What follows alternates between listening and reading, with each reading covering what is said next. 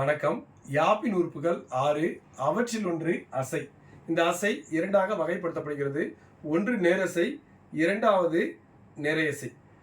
நேரசையில் ஒரு எழுத்து மட்டும் தான் இருக்கும், அதுதான் அதற்கான விதி. நிறையசையில் 2 எழுத்துக்கள் இருக்கும், இதுதான் அதற்கான விதி.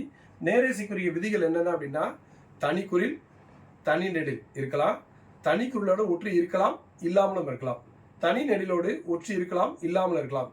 எப்படி இருந்தாலும் ஒற்றெழுத்தை நீக்கி நேரசையில் ஒரு எழுத்து மட்டும் தான் இருக்கும். முதலசை நேரசை ஒரே ஒரு எழுத்து தான். அது குறிலா இருக்கலாம், இல்லைன்னா நெடிலா இருக்கலாம்.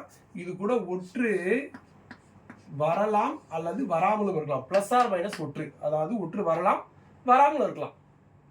அடுத்ததான் நிறையசை. நிறையசைக்குரிய விதிகள் இதே மாதிரி தான். குறில் நெடில் இதை எடுத்து ஒற்று வரலாம், வராமலும் இருக்கலாம். 2 குறில் இதை எடுத்து ஒற்று வரலாம், வராமலும் இருக்கலாம். இதுக்கான ஃபார்முலாவும் இதே தான்.